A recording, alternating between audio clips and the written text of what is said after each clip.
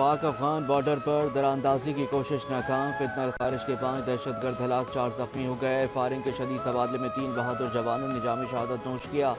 نائک عنایت Khan, lance Naik عمر حیات اور سپاہی وقار خان شہید۔ شہداء کی نماز جنازہ باجوڑ میں ادا، پاک فوج کے افسران، جوانوں اور شہریوں کی نماز جنازہ میں شرکت۔ شہداء کی جثے خاکی تدفین کے لیے آبائی علاقے روانہ کر دیے گئے، جہاں مکمل فوجی اعزاز کے ساتھ تدفین ہوگی۔ ISPR کا کہنا ہے کہ پاکستان مستقل افغان حکومت سے کہتا رہا ہے سرحد کے اطراف مؤثر بارڈر مینجمنٹ یقینی بنائیں۔ امید ہے کہ عبوری افغان حکومت اپنی ذمہ داریاں پوری کرے گی۔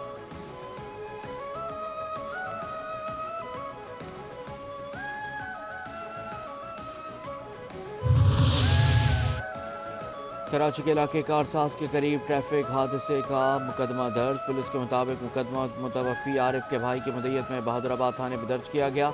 حادثے کا سبب بننے والی گاڑی کی خاتون ڈرائیور بھی زخمی، ملزمہ کو سر پر چوٹ لگی ہے۔ ٹریفک حادثے میں باپ بیٹی جاں بحق اور 5 افراد زخمی ہوئے، 4 افراد معمولی زخمی ہوئے جبکہ ایک شخص کی حالت تشویشناک ہے۔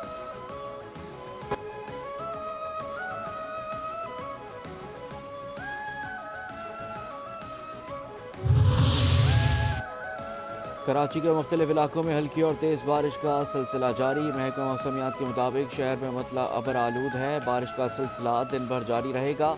شہر میں زیادہ سے زیادہ درجہ حرارت 33 ڈگری سینٹی گریڈ رہنے کا امکان۔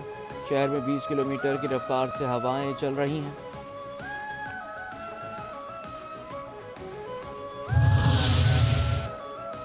مظفر آباد شہر اور گردنوا میں 4.6 شدت کے زلزلے کے جھٹکوں سے زمین لرز اٹھی۔ لوگ کلمہ طیبہ کا ورد کرتے ہوئے گھروں سے باہر نکل آئے۔ آزاد کشمیر، ہٹیاں بالا، چناری اور چکوٹھی سمیت جہلم ویلی میں زلزلے کے جھٹکے محسوس کیے گئے۔ زلزلے کا مرکز سوپور کے قریب تھا، شدت 4.6 ریکارڈ کی گئی۔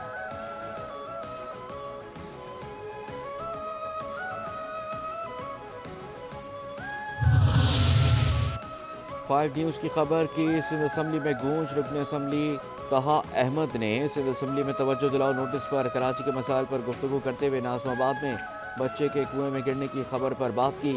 اس واقعے کی خبر 5 نیوز نے نشر کی اور اس خبر پر خصوصی پروگرام بھی نشر کیا۔ رکن سندھ اسمبلی طہا احمد نے کہا کہ کراچی کا سیوریج سسٹم تباہ حال ہے۔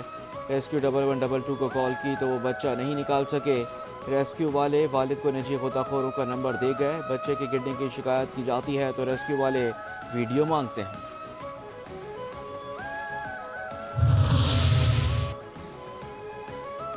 پائلٹ آفیسر راشد منہاس شہید، نشان حیدر کا 53واں یوم شہادت۔ مسلح افواج chairman joint chief of staff committee, تینوں سروسز چیفز کا نشان حیدر راشد منہاس کو خراج عقیدت۔ ISPR کے مطابق 1971 میں پائلٹ افسر راشد منہاس نے فرائض کی ادائیگی میں لازوال قربانی دی۔ راشد منہاس کی قربانی ہمیشہ ہماری تاریخ کا حصہ رہے گی۔ ان کی قربانی آنے والی نسلوں کے لیے باعث تقلید ہے۔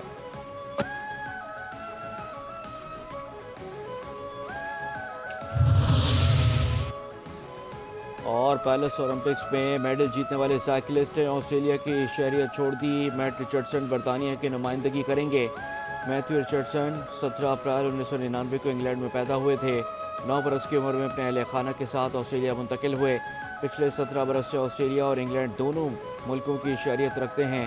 گلاسگو میں 2023 میں ہونے والے ورلڈ چیمپئن شپ میں 2 سلور میڈل جیتے۔ پیرس اولمپکس میں آسٹریلیا کے لیے 2 سلور اور 1 برونز میڈل جیتا۔